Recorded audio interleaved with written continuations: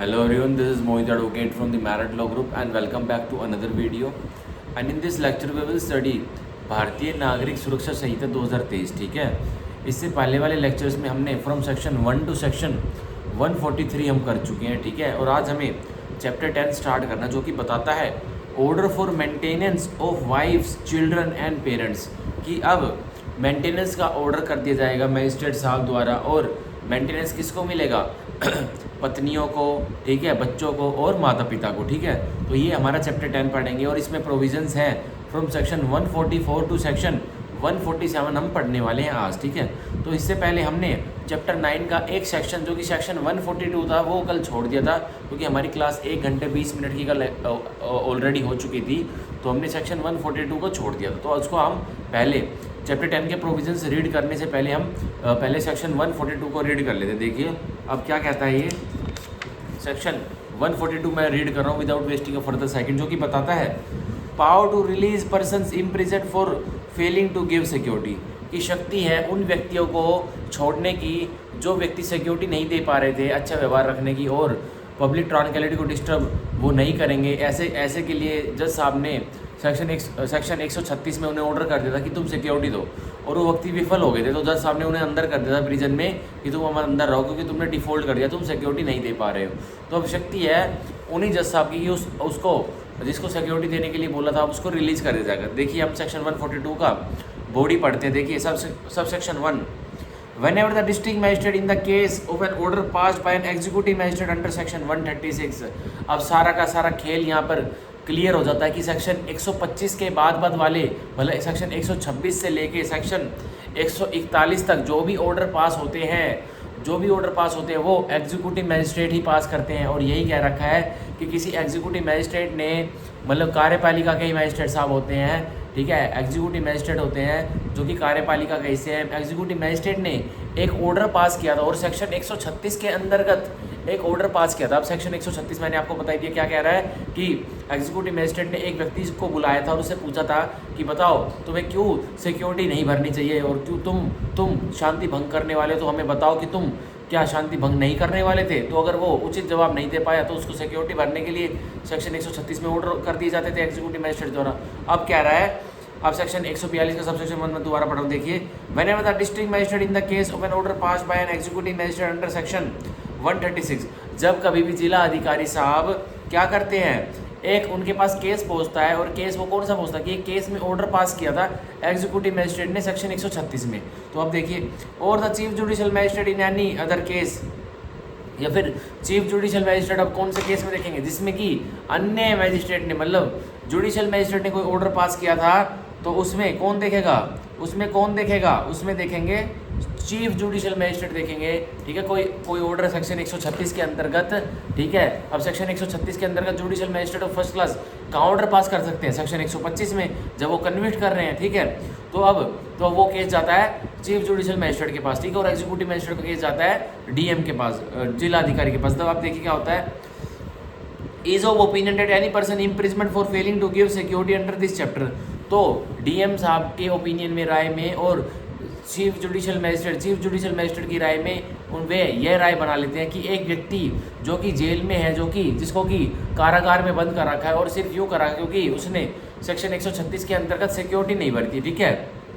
तो अब देखिए और उसने सिक्योरिटी नहीं भरी थी इस चैप्टर के अंतर्गत. कौन सा चैप्टर के अंतर्गत? चैप्टर 9 के अंतर्गत. ठीक है, अब देखिए may be release without hazard to the community, की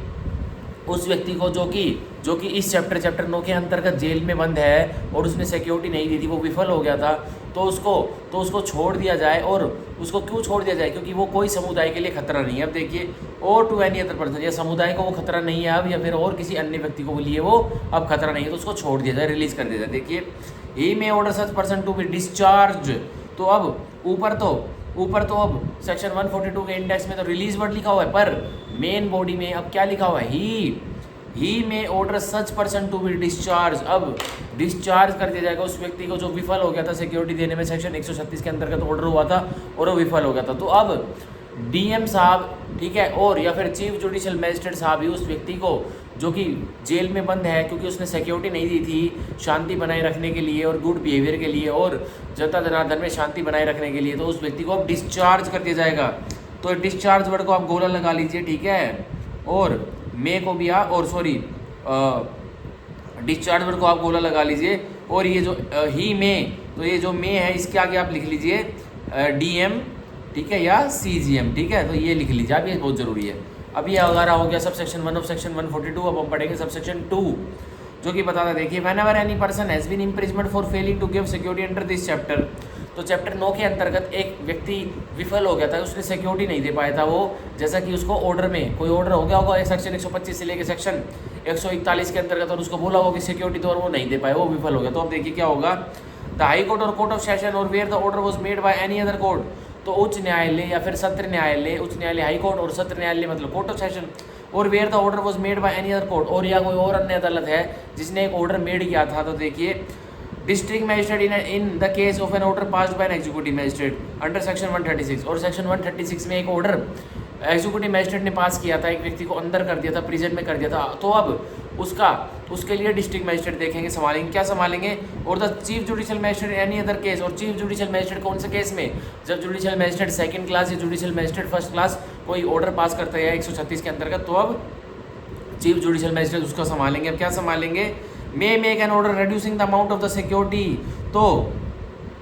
हाई कोर्ट या कोर्ट ऑफ सेशन, ठीक है, या DM या फिर चीफ जुडिशियल मैजिस्ट्रेट ही क्या करेंगे, जो सिक्योरिटी का अमाउंट था, जो ऑर्डर सेक्शन 136 के ऑर्डर में एक व्यक्ति को देने के लिए बोला था सिक्योरिटी का अमाउंट, उसको रेड्यूस कर देंगे। कौन कौन रेड्यूस कर सकते हैं, high court, court of session, DM और चीफ जुडिशियल मैजिस्ट्रेट, ठीक है। और द नंबर ऑफ शोर्टीज, या फिर कितने जमानती मांगे थे उतने उन जमानतियों को भी कम कर दिया जाएगा। अगर एक मैजिस्ट्रेट ने एक व्यक्ति से 2 जमानती मांगे तो उसके पास 2 जमानती नहीं है तो 1 कर दिया जाएगा। मैजिस्ट्रेट ने एक व्यक्ति से 3 जमानती मांगे थे तो उसके पास 3 नहीं है तो 1 कर दिया जाएगा। और देखिए, और the time for which security has been required, या एक व्यक्ति की जितने टाइम के लिए सिक्योरिटी मांगी गई थी, मतलब एक व्यक्ति को बोला गया था भाई सेक्शन 125 में तो बोला कि मैक्सिमम 3 साल तक के लिए सिक्योरिटी मांग सकते हैं, पर एक व्यक्ति को बोल दिया था कि 3 साल, पर उसकी सिक्योरिटी भिदक रही है, बोल रही है कि नहीं मैं तो तुम्हारा 1 साल तक ही साथ दे पाऊंगा।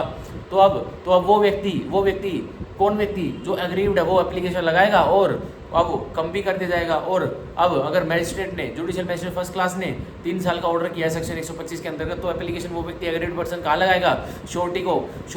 उस टाइम को कम करवाने के लिए वो चीफ जुडिशियल मैजिस्ट्रेट कोर्ट में लगाएगा, ठीक है। तो ये हमारा था सेक्शन 142 का सब सेक्शन 2, जो कि बहुत इंपॉर्टेंट था। तो हम लिख लेते हैं द नंबर ऑफ शॉर्टेज और द टाइम, तो हम टाइम को लिख लेते हैं और नंबर को अंडरलाइन कर लेते हैं, ठीक है। रेड्यूसिंग तो इसको अंडरलाइन कर लेते हैं और सेक्शन 136 को अंडरलाइन कर लेते हैं, और द हाई कोर्ट को अंडरलाइन कर लेते हैं, कोर्ट ऑफ सेशन को अंडरलाइन कर लेते हैं, ठीक है। DM को अंडरलाइन कर लेते हैं, ठीक है। और किसको, और चीफ जुडिशियल मैजिस्ट्रेट को अंडरलाइन कर लेते हैं इन एनी अदर केस। इन एनी अदर केस का मतलब जुडिशियल मैजिस्ट्रेट फर्स्ट क्लास, ठीक है, और जुडिशियल मैजिस्ट्रेट सेकंड क्लास, ठीक है। और यहाँ EM हो गया, ठीक है। तो ये था हमारा सेक्शन 142 का सब सेक्शन 2, जो कि मैंने आपको पढ़ाया। अब हम पढ़ेंगे sub section 3। An order under sub section 1 में direct the discharge of such person either without condition और अपॉन एनी कंडीशन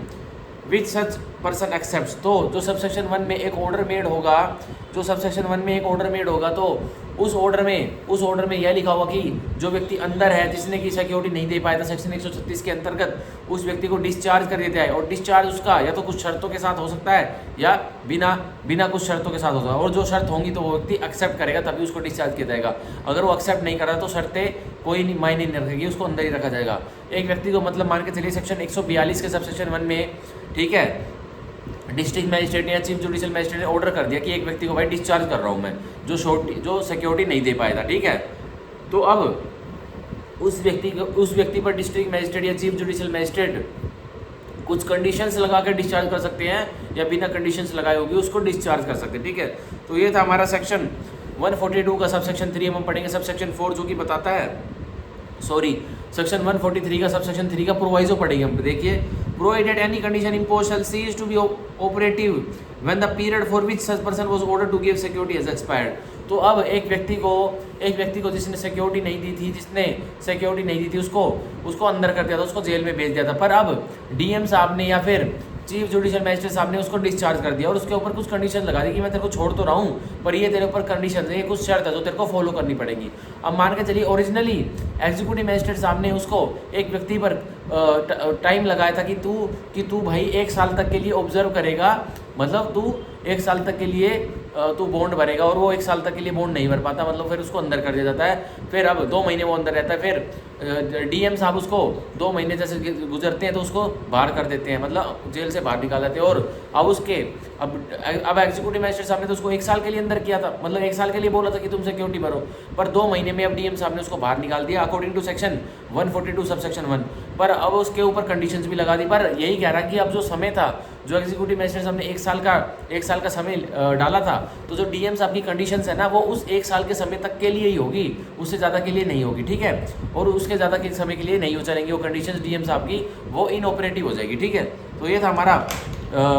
सेक्शन 142 का सब सेक्शन 3 का प्रोवाइजो, जो कि बहुत इंपॉर्टेंट था, ठीक है। तो हम इसमें सी इस वर्ड को अंडरलाइन कर लेते हैं। अब हम पढ़ेंगे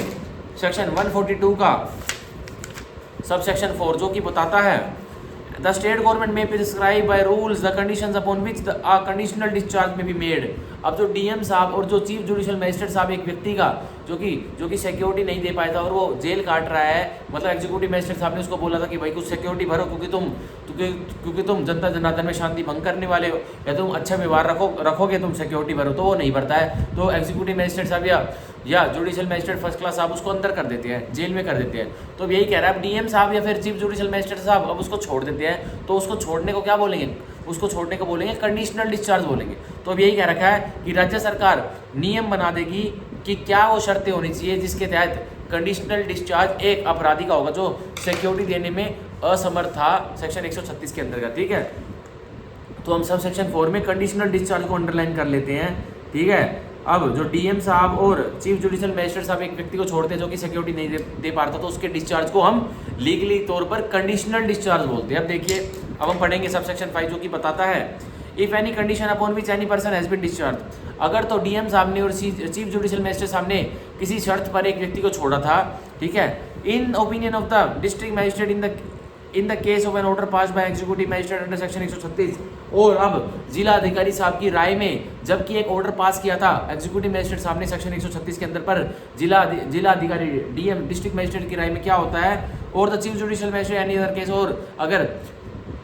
जुडिशियल मजिस्ट्रेट फर्स्ट क्लास ने जुडिशियल मजिस्ट्रेट सेकंड क्लास ने एक ऑर्डर पास किया था सेक्शन 136 के अंतर्गत, तो चीफ जुडिशियल मजिस्ट्रेट की राय में क्या होता है, by whom the order of discharge was made और of his successor not fulfilled he may cancel the same. तो जो डीएम साहब और चीफ जुडिशियल मजिस्ट्रेट साहब एक व्यक्ति को कंडीशनल डिस्चार्ज कर देते हैं और उसके ऊपर कुछ कंडीशंस लगा के उसको डिस्चार्ज कर दिया जाता है सेक्शन 142 के सब सेक्शन 1 के तहत, तो उन डीएम साहब को या उन चीफ जुडिशियल मजिस्ट्रेट साहब को ये लगता है कि जो व्यक्ति हमने कंडीशंस लगा के छोड़ा था, डिस्चार्ज किया था, वो कंडीशंस को नहीं मान पा रहा है, मतलब वो उसका उल्लंघन कर रहा है कंडीशंस का। तो अब डीएम साहब या फिर चीफ जुडिशियल मजिस्ट्रेट साहब या फिर उनके कार्यालय में कोई और उनका सक्सेसर, मतलब उनका ट्रांसफर हो जाता है, तो कोई और मतलब अफसर आ जाता है, तो वो क्या करेंगे, उस कंडीशनल डिस्चार्ज को कैंसिल कर देंगे, ठीक है, और उस व्यक्ति को अंदर कर देंगे दोबारा से, ठीक है। तो अब देखिए,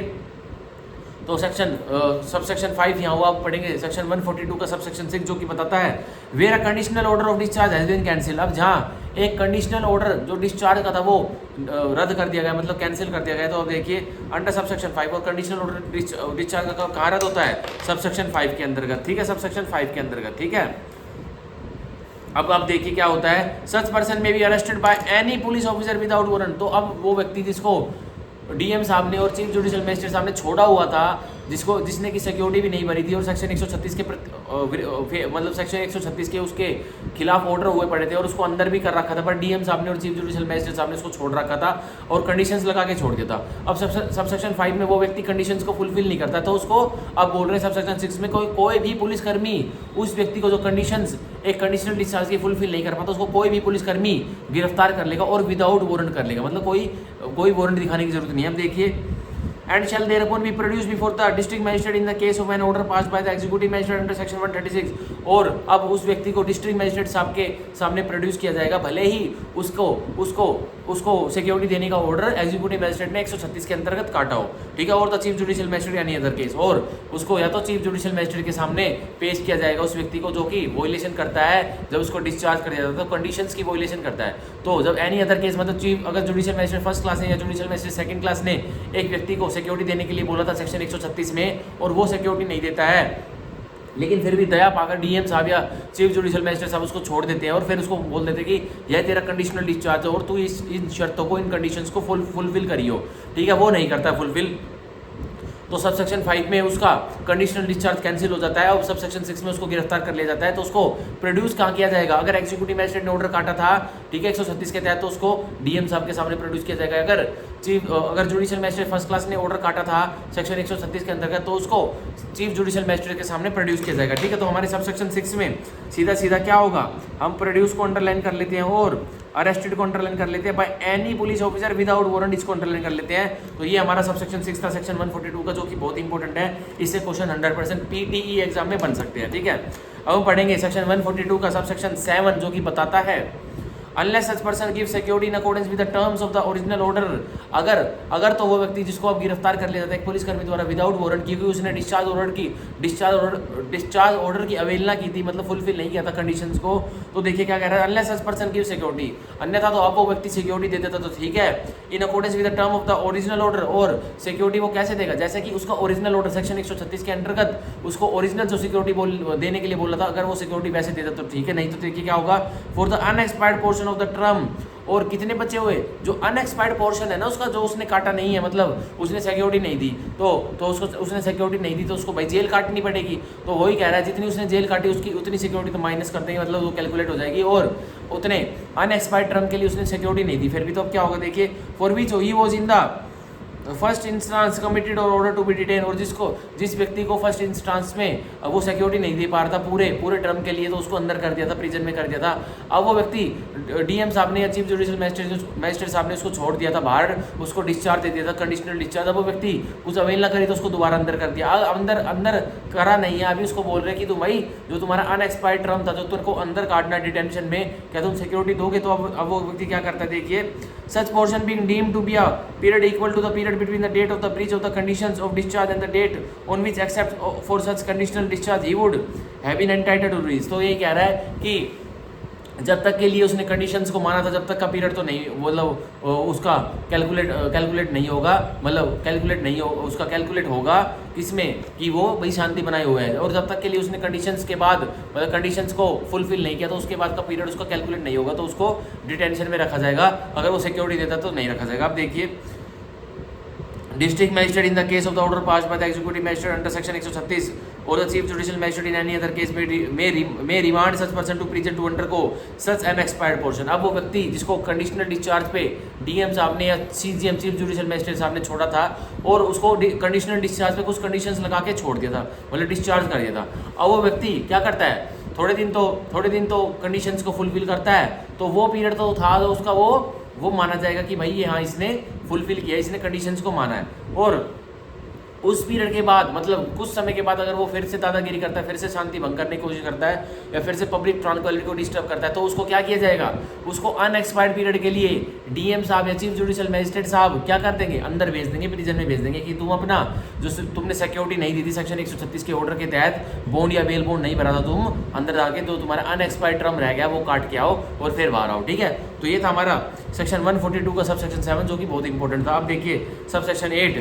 अ person remanded to prison under sub section 7। अब एक व्यक्ति को सब सेक्शन 7 के तहत मतलब जेल में भेज दिया है डीएम साहब ने और सीजीएम साहब ने, तो देखिए shall subject to the provisions of section 141 be release at any time on giving security in accordance with the terms of the original order. अगर वो व्यक्ति अब जेल में चला जाता है और जेल में जाने के बाद फिर वो बोलता है हाँ मैं सिक्योरिटी दे दूंगा, तो जैसे ही वो व्यक्ति सिक्योरिटी देता है 141 के तहत, सेक्शन 141 के तहत, तो उसको तुरंत छोड़ दिया जाएगा। अब देखिए, और ओरिजिनल ऑर्डर के तहत ही वो सिक्योरिटी देगा तभी छोड़ा जाएगा, वरना नहीं छोड़ा जाएगा। अब देखिए, for the unexpired portion offer set to the court or magistrate by whom such order was made or to its his successor. और जो अब सेक्शन 141 के तहत अब सारा कैलकुलेशन होगी कि कितना व्यक्ति वो बाहर रहा है, मतलब उसने कंडीशंस की मतलब माना है, और कितना उसने बाहर रहते हुए कंडीशंस को नहीं माना, तो वो अनएक्सपायर्ड टर्म में उसका टाइम जुड़ जाएगा और उसको काटना पड़ेगा। अगर वो फिर सेक्शन अंदर जेल में जाने के बाद सेक्शन 141 के तहत सिक्योरिटी देने के लिए, बॉन्ड या बेल बॉन्ड देने के लिए राजी हो जाता है सेक्शन 136 के तहत जो उसको बोला गया था, तो उसी जुडिशियल मैजिस्ट्रेट को या उसी एग्जीक्यूटिव मैजिस्ट्रेट को वह व्यक्ति अपना मुचलका भरेगा, मतलब सिक्योरिटी देगा। ठीक है, तो ये था हमारा सेक्शन 142 का सब सेक्शन 8। हम पढ़ेंगे सब सेक्शन 9, जो कि बताता है द हाई कोर्ट और कोर्ट ऑफ सेशन में एट एनी टाइम, तो उच्च न्यायालय या फिर सत्र न्यायालय किसी भी समय क्या कर सकती है, for sufficient reasons to be recorded in writing, की उचित कारण क्या लगते हैं हाई कोर्ट को और कोर्ट ऑफ सेशन को, तो वो लिखित में अपने सफिशिएंट रीजन रिकॉर्ड करेगी। ठीक है, cancel any bond for keeping the peace or for good behaviour executed under this chapter, तो हाई कोर्ट या फिर कोर्ट ऑफ सेशन कैंसिल कर देगी कोई भी व्यक्ति जिसने कि एक बॉन्ड भरा है, मुचलका भरा है या फिर एक जमानती मुचलका भरा है, जमानती मुचलका को कैंसिल नहीं करेगी हाई कोर्ट या फिर कोर्ट ऑफ सेशन, ओनली एक बॉन्ड जो कि एक व्यक्ति ने मुचलका भरा है कि वो शांति बनाए रखेगा और वो अच्छा व्यवहार रखेगा, तो किसी भी समय हाई कोर्ट या फिर कोर्ट ऑफ सेशन अपना रीजन रिकॉर्ड करेगी और उसको बॉन्ड को कैंसिल कर देगी जो एक व्यक्ति ने भरा है। अब देखिए अंडर दिस चैप्टर 9 के तहत by any order made by it, एक ऑर्डर मेड कर देगी। ठीक है, and district magistrate in the case of an order passed by executive magistrate under section 136 or the chief judicial magistrate in the any other case may make such cancellation where such bond was executed under his order or under the order of any other court in his district। तो यही कह रहा है अब भाई, अब high court ने या फिर कोर्ट ऑफ सेशन ने एक बॉन्ड का, जो एक व्यक्ति ने बॉन्ड भरा था सेक्शन 136 के अंदर, उस बॉन्ड को कैंसिल करके भेज देती है और अब वो व्यक्ति जिसका बॉन्ड कैंसिल करा हाई कोर्ट ने या कोर्ट ऑफ सेशन ने, वो व्यक्ति नीचे जुडिशियल मैजिस्ट्रेट की कोर्ट में या फिर एग्जीक्यूटिव मैजिस्ट्रेट की कोर्ट में अब ऑर्डर को लेके आएगा। तो यही कह रहा है वो व्यक्ति एग्जीक्यूटिव मैजिस्ट्रेट के पास ऑर्डर को नहीं लेके जाएगा, ना ही तो जुडिशियल मैजिस्ट्रेट की कोर्ट में लेके जाएगा, वो सीधा डिस्ट्रिक्ट मैजिस्ट्रेट के पास कोर्ट ऑफ सेशन का ऑर्डर या फिर हाई कोर्ट का ऑर्डर लेके जाएगा, या फिर कोर्ट ऑफ सेशन या हाई कोर्ट का ऑर्डर सीधा का सीधा किसके पास, चीफ जुडिशियल मैजिस्ट्रेट के पास लेके जाएगा। तो ये दोनों ही डीएम साहब और सीजीएम साहब, डिस्ट्रिक्ट मैजिस्ट्रेट साहब और चीफ जुडिशियल मैजिस्ट्रेट साहब, अब आगे की और कैंसिलेशन की प्रक्रिया जो कि एग्जीक्यूटिव मैजिस्ट्रेट के कोर्ट में बॉन्ड भर रखा है व्यक्ति ने, उसको डिस्चार्ज करवा देंगे, उसको कैंसिल करवा देंगे। ठीक है, तो ये था हमारा सब सेक्शन 9। हम पढ़ेंगे सेक्शन 142 का सब सेक्शन 10, जो कि हमारा लास्ट प्रावधान है, मतलब सेक्शन 142 का लास्ट सब सेक्शन है। ठीक है, बहुत बड़ा सब सेक्शन था ये, जो कि मैंने आपको 20 मिनट में करवा दिया। आप देखिए, any surety for the peaceable conduct or good behaviour of another person order to execute a bond under this chapter, तो बोला है किसी भी श्योरिटी को, any surety for the peaceful conduct, तो कोई भी श्योरिटी मतलब कोई भी जमानती एक व्यक्ति ने दिया है और वो जमानती किस चीज़ के लिए गया है कि एक व्यक्ति जिसको कि बॉन्ड भरना था वो अपना पीसफुल कंडक्ट मतलब अपना अच्छा व्यवहार रखेगा, शांतिपूर्वक। अब देखिए, और गुड बिहेवियर, या एक व्यक्ति क्या रखेगा, अपना अच्छा व्यवहार रखेगा ऑफ अनदर पर्सन, तो एक व्यक्ति के लिए एक व्यक्ति श्योरिटी बना है कि हाँ, जो मैं मतलब मान के चलिए मैं श्योरिटी बन जाता हूँ आपके लिए, और आप भाई कुछ कांड करने वाले व्यक्ति, तो अब मैं कोर्ट को कहता हूँ जाके कि मैं इसकी श्योरिटी हूँ, ये अच्छा व्यवहार रखेगा और ये पीसफुल कंडक्ट रखेगा, ये अपना बिल्कुल अच्छा व्यवहार रखेगा। और अब देखिए क्या होता है, order to execute a bond under this chapter, और एक व्यक्ति को कोर्ट ने ऑर्डर टू एग्जीक्यूट करा था बॉन्ड कि चैप्टर 9 के तहत अब बॉन्ड एक मुचलका भर के दो और उसमें श्योरिटी भर के दो। तो एक व्यक्ति ने कोर्ट में मुचलका भरा जो जिसको कि बोला हुआ था, और वो मैंने उसके प्रति श्योरिटी दे दी। अब देखिए, may at any time apply to the court making such order to cancel the bond, तो अभी जो एक श्योरिटी है, मतलब जो एक श्योरिटी था वो एक व्यक्ति के लिए श्योरिटी बना था कि भाई जज साहब ये व्यक्ति अच्छा व्यवहार रखेगा और ये गुड बिहेवियर रखेगा। अब तो जो श्योरिटी है ना, वो किसी भी समय कोर्ट में अप्लाई कर सकता है। क्या कोर्ट में क्या अप्लाई कर सकता है कि किसी भी टाइम कि जज साहब मेरे को श्योरिटी के इस महिमा से आप मुक्त करिए, अब ये व्यक्ति जिसके लिए मैंने श्योरिटी दी ना, ये मेरी बात नहीं मान रहा है, ये तो बिल्कुल ही कैसा हो चुका है, ये बिल्कुल ही आवारा हो चुका है, ये मेरी बात नहीं मान रहा। देखिए क्या होगा, making such order to cancel the bond and such application being made the court shall issue a summons or warrant as he think fit. अब श्योरिटी ने एप्लीकेशन लगा दी कोर्ट में कि सर मेरे को तो आप बरी कर दीजिए, मैं इस व्यक्ति का बिल्कुल श्योरिटी नहीं बनना चाहता, पहले तो ये बहुत अच्छा आदमी था, पर जैसे मैंने इसकी श्योरिटी थी 2 महीने बाद ये बेटा बदतमीज हो गया, अब ये फिर से हाउलड़ करने लग गया है, अगर ये कुछ कांड करेगा और भाग जाएगा तो आप तो मेरे को पकड़ोगे। तो वो श्योरिटी एप्लीकेशन लगा देता कोर्ट में और बोलता है कि सर मेरे को डिस्चार्ज करिए, मेरे को माफ़ करिए, मैं इसकी श्योरिटी नहीं बन सकता। तो अब कोर्ट क्या करेगा, जैसे एप्लीकेशन रिसीव होगी श्योरिटी की और श्योरिटी ने ये बात बताई कोर्ट में, तो कोर्ट तुरंत या तो सम्मन इशू कर देगा या फिर वारंट काट देगा, और क्या करेगा, एज इट थिंक विद, भाई जैसा भी कोर्ट को उचित लगे सम्मन काटना है तो सम्मन काट देगा, वारंट काटना है तो वारंट काट देगा। अब देखिए क्या होगा, requiring the person for whom such surety is bound to appear or to be brought before it. और अब क्या होगा, अब एक व्यक्ति को बुलाया जाएगा, उस व्यक्ति को जिसके लिए श्योरिटी मतलब जिसके लिए श्योरिटी ने एप्लीकेशन लगाई कि मैं उस व्यक्ति का अब मतलब मेरे को बरी कर दीजिए, अब मेरे को अब डिस्चार्ज कर दीजिए, मैं उस व्यक्ति का श्योरिटी नहीं बनना चाहता जो व्यक्ति हाउलड़ करता है, मतलब मैंने पहले तो श्योरिटी दे दी थी कि ये व्यक्ति हाउलड़ नहीं करेगा और ये गुड बिहेवियर रखेगा। पर अब कोर्ट श्योरिटी की बात सुन के उस व्यक्ति को जो हाउलड़ करेगा और श्योरिटी भी अपने कदम पीछे खींच रहा है, उस व्यक्ति को कोर्ट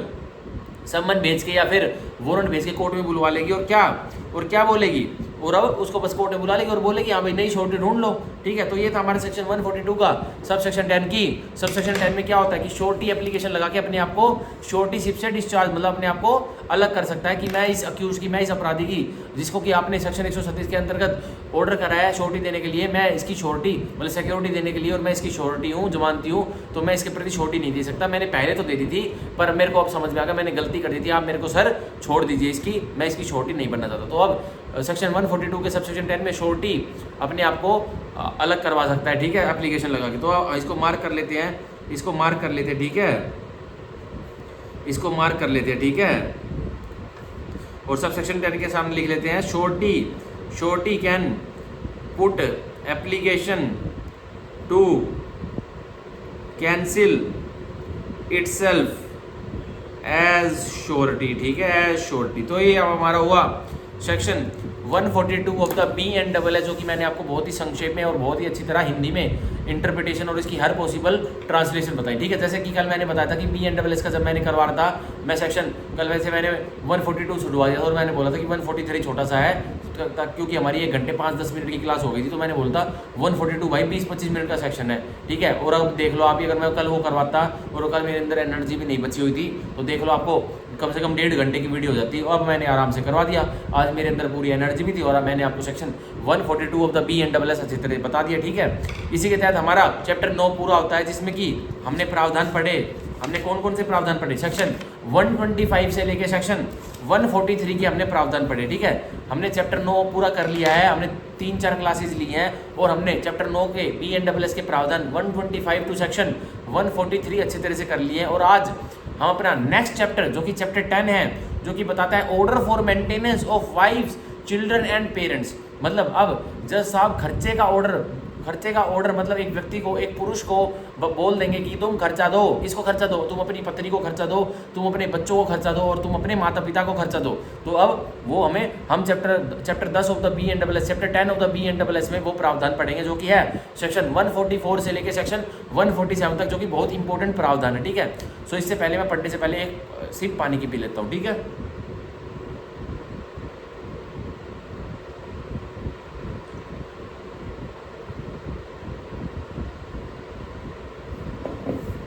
अब हम पढ़ेंगे सेक्शन 144, जो कि हमारे पहले CRPC में सेक्शन 125 था ना, 125 के केस डलते थे, मेंटेनेंस के केस डलते थे, अब वो 125 में नहीं डलेंगे, अब वो सेक्शन 144 में डलेंगे ऑफ द BNSS, ठीक है। तो इसी को आज से इसको गोला लगा लीजिए और इसको लिख लीजिए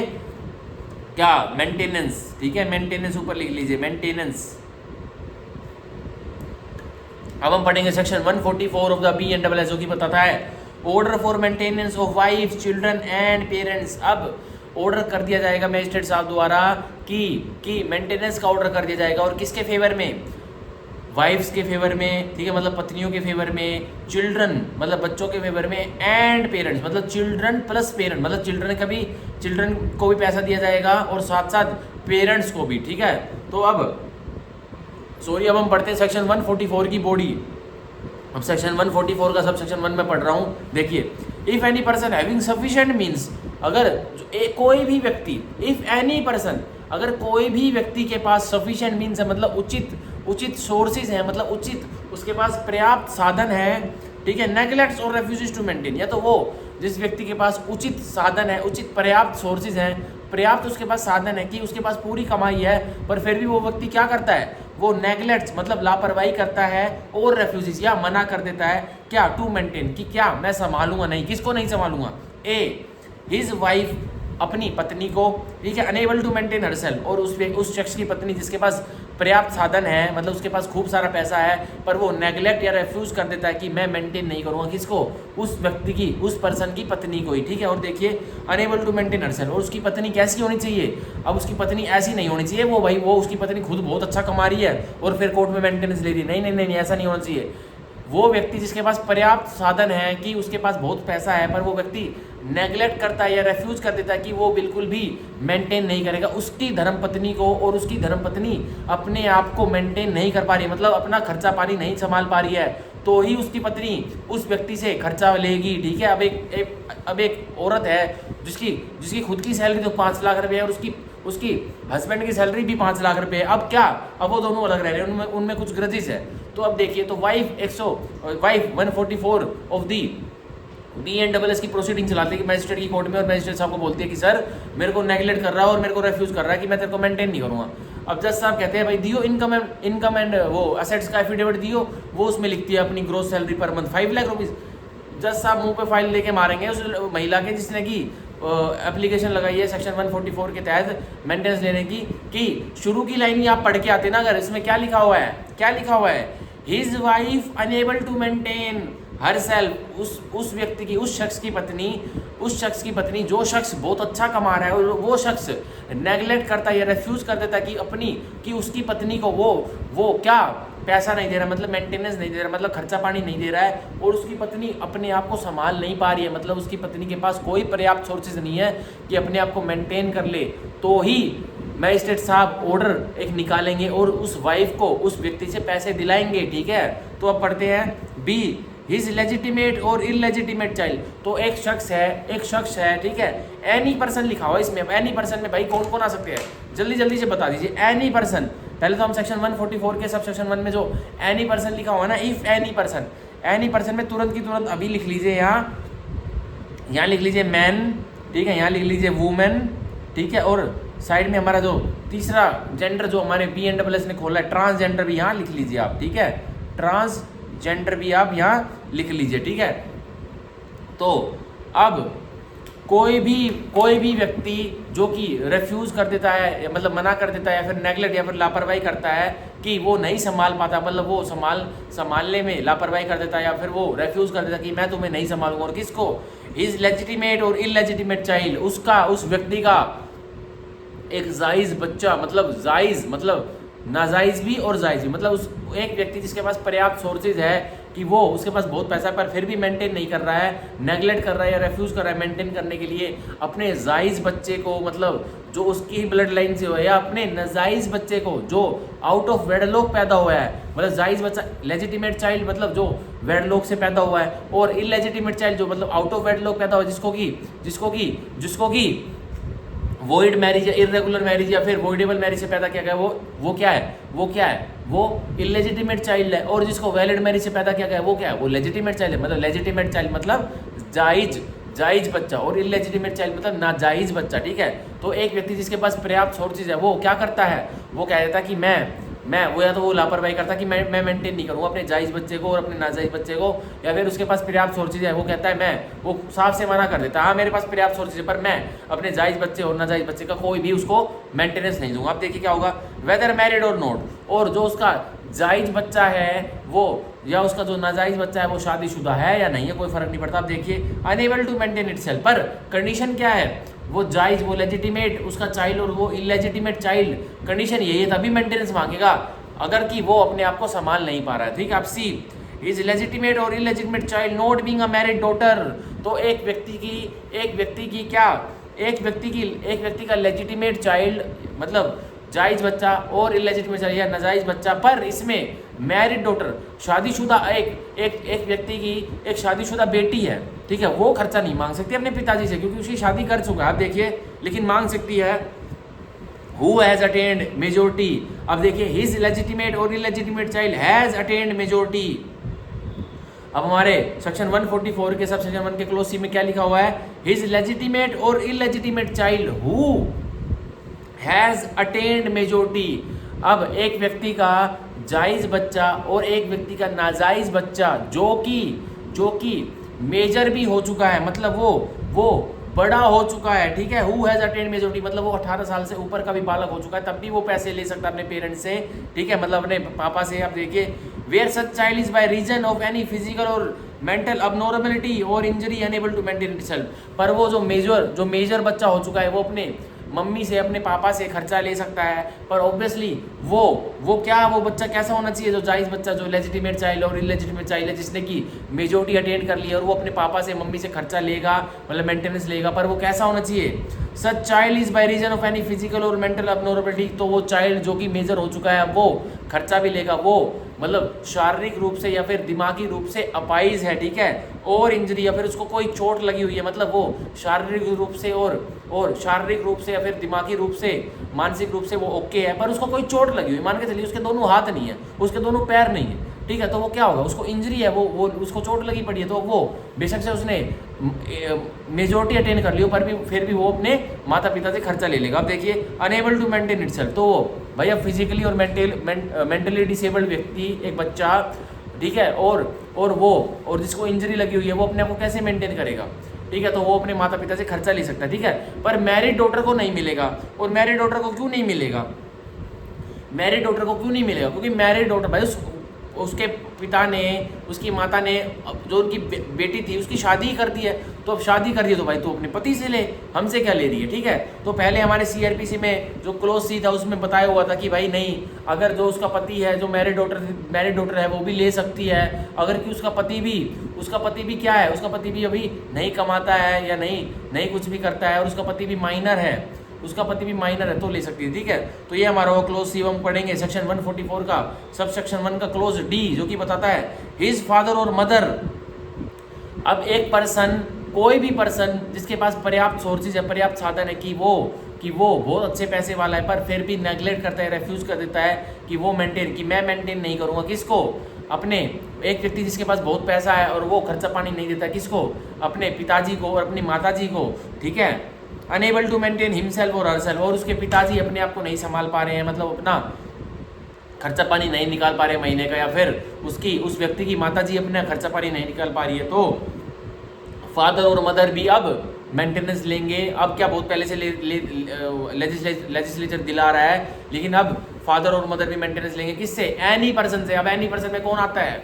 कोई मैन, कोई वुमेन या ट्रांसजेंडर, ठीक है। तो अब ये होता है हमारा सेक्शन 144 का सब सेक्शन 1 का सारे के सारे क्लोज ए बी सी और डी, ठीक है। पर अब जो हमारा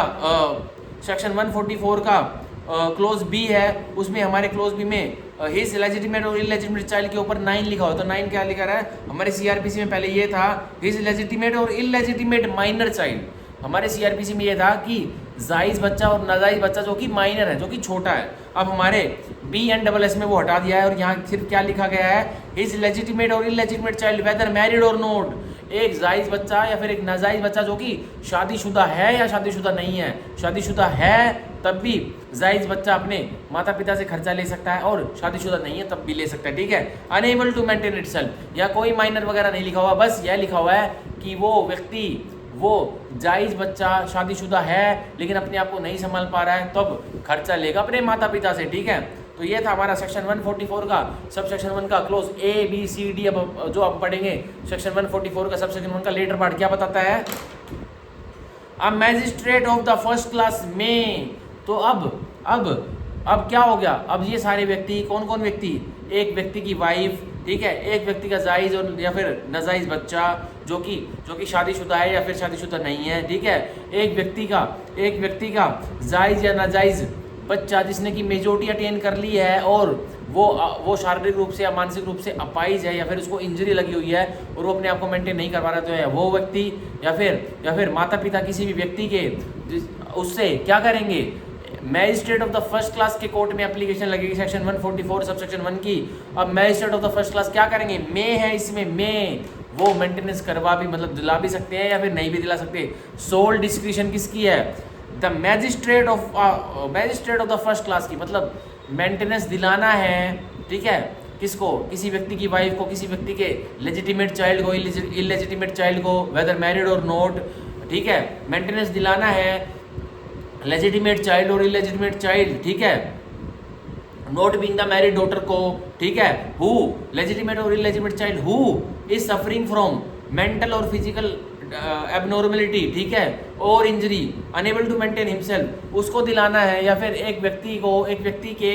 माता पिता को उस व्यक्ति से खर्चा दिलाना है। तो अब कौन दिलाएगा, magistrate of the first class ही दिलाएंगे, और उनकी पावर है सोल डिस्क्रिशन, किस वर्ड से दिख जाता है, में। तो मैं क्या आप लिख भी सकते हो, डिस्क्रिशन है किसकी, मैजिस्ट्रेट साहब की डिस्क्रिशन है कि खर्चा दिलाना है नहीं दिलाना। आप देखिए कैसे दिलाएंगे, upon proof of such neglect और रेफ्यूजल। अब जो व्यक्ति एप्लीकेशन लगाएगा मैजिस्ट्रेट कोर्ट में, अब वो व्यक्ति प्रूफ सबूत भी देगा कि जैसा भी ये देख लीजिए, खुद तो ऑडी गाड़ी में घूमता है और हमारे लिए साइकिल भी नहीं दे रखी, हम स्कूल जाते हैं कैसे, पैदल जाते हैं, टप्पू में लटक के जाते हैं, ठीक है, एटलीस्ट हमें एक एक्टिवा दिला दीजिए, हमें कुछ ऐसा दिला दीजिए। और मान के चलिए एक बेटे ने अपने पापा के ऊपर केस डाल दिया, उससे मेंटेनेंस ले रहा है उसका बेटा। अब क्या दिखाएगा, अब वो बेटा क्या प्रूफ दिखाएगा, क्या सबूत दिखाएगा मजिस्ट्रेट साहब को? कहेगा मजिस्ट्रेट साहब मैं 12th क्लास में पढ़ता हूँ, मेरा स्कूल यहाँ से 10 किलोमीटर दूर है, ठीक है, मेरे पिताजी ने आज तक मेरे को बस में जाने का पैसे नहीं दिए, मेरे पिताजी ने आज तक मेरे को स्कूल में जाने के लिए साइकिल नहीं दी, मैं फर्स्ट क्लास से लेके 12वीं क्लास में हो गया और मैं पैदल जा रहा हूँ और मैं लेट हो जाता हूँ हर बार। अब ये क्या है, ये सबूत ही तो है। अब क्या, ये सबूत ही तो है। मजिस्ट्रेट साहब 100% खर्चा बांध देंगे। अब देखिए क्या होगा, मे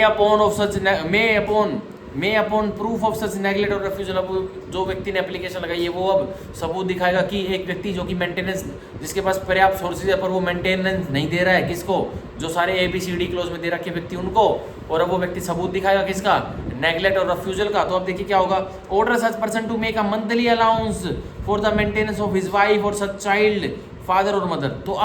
अब मैजिस्ट्रेट साहब ऑर्डर कर देंगे कि मंथली अलाउंस मतलब महीने दर भत्ता दो, किसको दो, और उस व्यक्ति को ऑर्डर कर दिया जाएगा जिसके पास पर्याप्त सोर्सेज है, और वो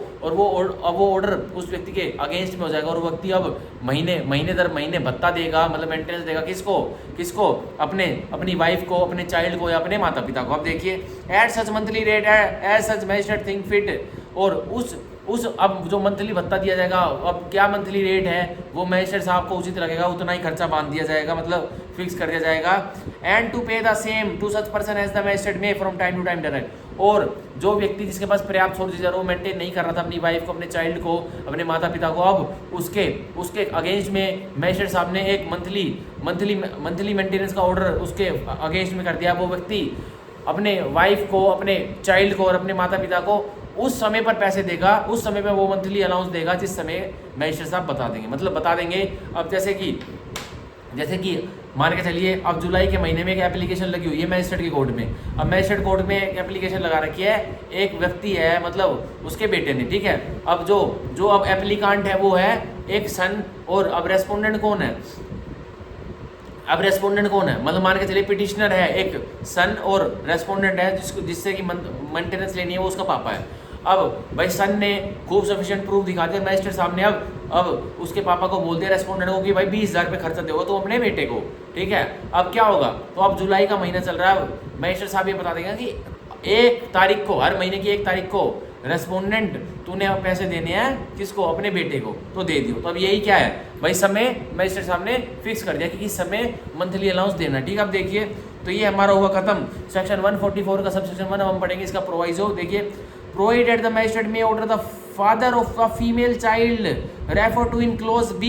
तो ये ले लीजिए, अब आ गया वही जो हम कह रहे थे कि भाई क्लोज बी सी में हटा दिया है, क्लोज सेक्शन 144 के सब सेक्शन 1 के क्लोज बी में से हटा दिया है कि जो मैरिड डॉटर है वो अपने आप को मेंटेन नहीं कर पा रही है, पर वो खर्चा नहीं मांग सकती, पर अब वो खर्चा मांग सकती है, पहले ही मांग सकती थी, पर पहले CRPC में एक्चुअली मेंशन कर रखा था क्लोज बी में ही, पर अब इसका अलग से प्रोवाइजो बना दिया। क्या,